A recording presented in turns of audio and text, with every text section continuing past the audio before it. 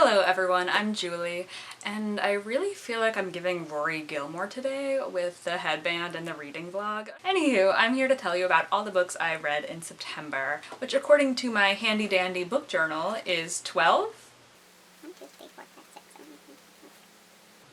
12 plus 1 manga volume, so 13 books this September. This month I had a couple of misses, but I also had a couple of really good books, one of which I honestly think is my favorite book of 2025 thus far. So I'm excited to share them with you and let you know what you think. The first book I read is Everything is Tuberculosis by John Green.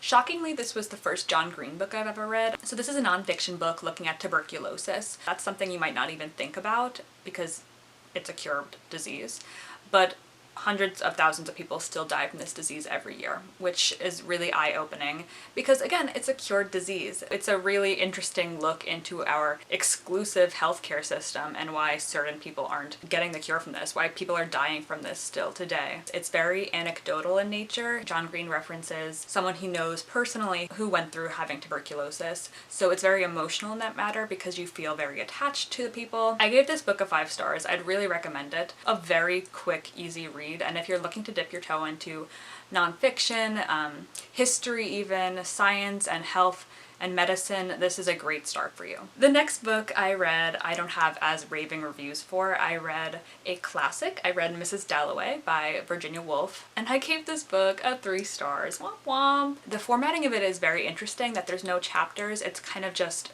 a straight shot through of very large chunky paragraphs, so I actually had to switch over to audiobook. This book basically follows Mrs. Dalloway and her entire community essentially going through an afternoon, just going about their days and then all kind of coalescing into a party in the evening that she is throwing. It's a little dry. It wasn't my favorite. I'm sure if you're an English buff and you love classics, this might be for you. It wasn't exactly for me. The next book I read was Demon Copperhead. I gave this book 4 stars. This is a fiction book following Demon Copperhead, or Damon as his name actually is, in this West Virginian town. We follow Demon through his entire life and through all the struggles he went through having a single mother, struggling with addiction, and then falling into foster care, and then kind of going through his own struggles of addiction.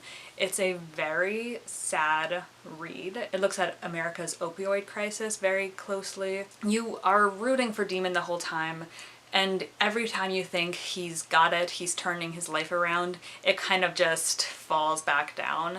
So it's a very sad read. It's very tough to get through this one. There's no wonder that this has won a Pulitzer Prize. The next book I read was Wild Reverence, and I have some controversial opinions about this book. I got this book as an ARC. Otherwise, I probably wouldn't have finished it because I did not like it at all. This book is technically a prequel to The Letters of Enchantment duology. I have not read those 2 books. Rebecca Ross said herself you don't need to read those books to read Wild Reverence, and so I went for it. I didn't feel like I was missing anything from not having read the original duology, but it was just honestly so boring in my opinion. You follow a young goddess, Matilda, and she has a human lover, which is kind of frowned upon because gods and goddesses are supposed to be like so almighty above humans. It felt like nothing that was happening felt important. I simply could not care about her human lover's uncle who was trying to steal his land. Like I did not care. So I gave this book 2.5 stars. Yeah, sorry, I know I am in a very small minority here who did not like this book, but it was not for me. The next book though was for me. It was Heart the Lover by Lily King. I also got this one as an ARC and it was so good. This is a general fiction book following 3 students. Our main character gets into a little bit of a love triangle whilst she's in college.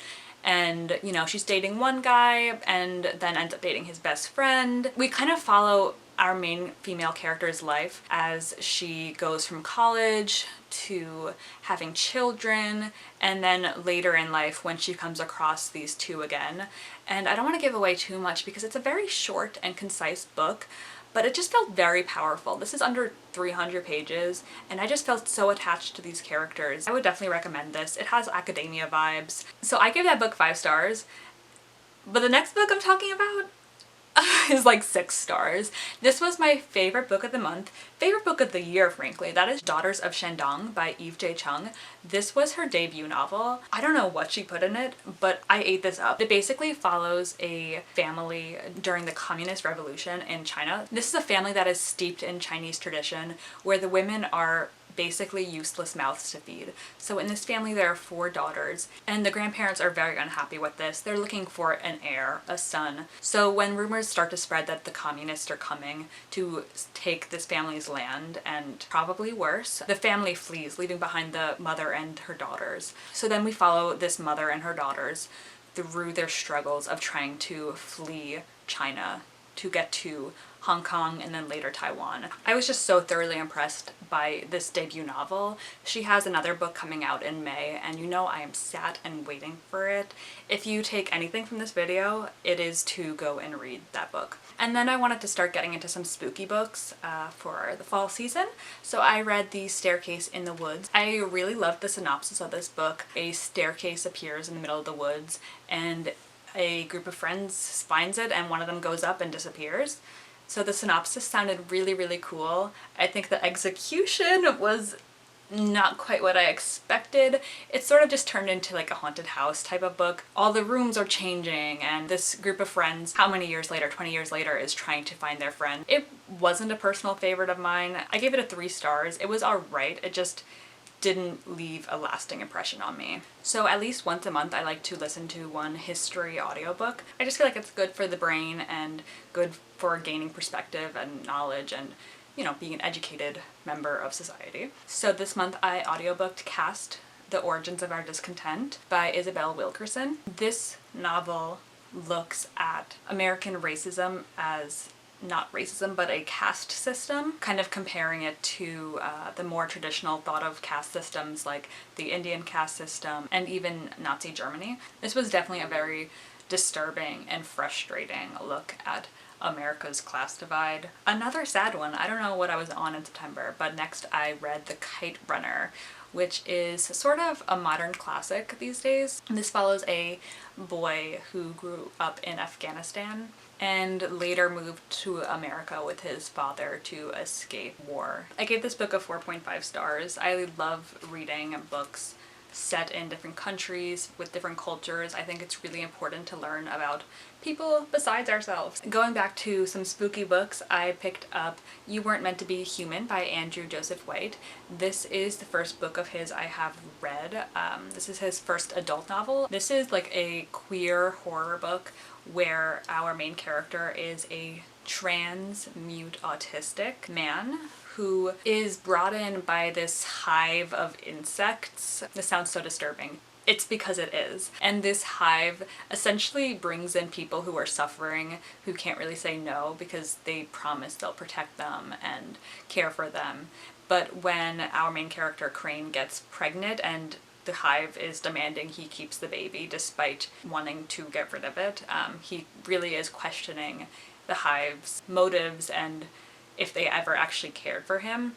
This is definitely a gory one, and I would definitely recommend looking up trigger warnings before reading this one because it gets crazy. I had to put the book down at one point because I was so like disturbed. I just felt sick reading some of it, which I think is a great thing for a horror book. I think this was amazing, and if you're writing a horror book that doesn't physically disturb me, then what are you doing?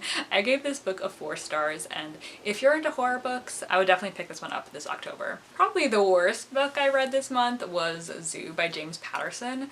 This had a TV adaptation back in like 2015, 2016, and me and my boyfriend watched it. It was comically bad, but like, you know, bad in the sense that it was entertaining. This book was just bad. The whole premise of this is that all the animals in the world start acting differently. They start attacking humans more often, and their behavior is not normal for what it typically is. And so our main character Oz is a scientist. I mean, not really. He never even graduated undergrad, but some reason everyone just trusts him because he notices these things. Basically, they're trying to come up with a way to save the world from these animals who are attacking everyone. I was here for the animal attacks. I think it's entertaining, but majority of this book was just like, the president is calling and we need to come up with a solution. It was so bad. I'm sorry, it was boring. It was 2 stars. It was bad. The really horrible TV adaptation was even better than this. I can't imagine this was on anyone's TBRs, but if it was, I would recommend taking it off. Unless you are trying to complete your alphabet challenge in your book journal. That's really the only reason to read this book. And the final book I read in September was Firestarter by Stephen King.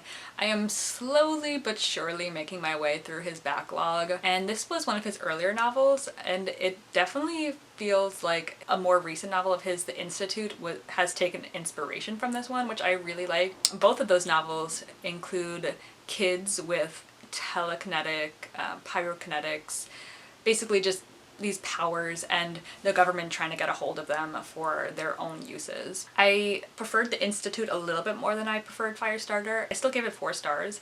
But basically our main character Charlie has pyrokinetics because her parents were both part of a college experiment that kind of fucked them up, and when they had a baby she ended up with much stronger powers. I explained that horribly, but nonetheless, it's actually, as many Stephen King books are, adapted to film. I watched the trailer and Zac Efron is the dad in the movie, so I must watch it, of course. I can't wait. So if you're looking to get into Stephen King, might I suggest Firestarter? Oh, I forgot to mention, I read volume 7 of Yona of the Dawn, but we'll just go past that because nobody wants to hear about volume 7 of a manga.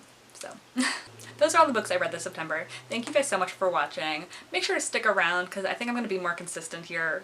I know I say that like once a year when I post a video and then I'm never seen again, but actually I might make it this time. I promise. I'll see you guys next time. Peace out, Girl Scout, and goodbye!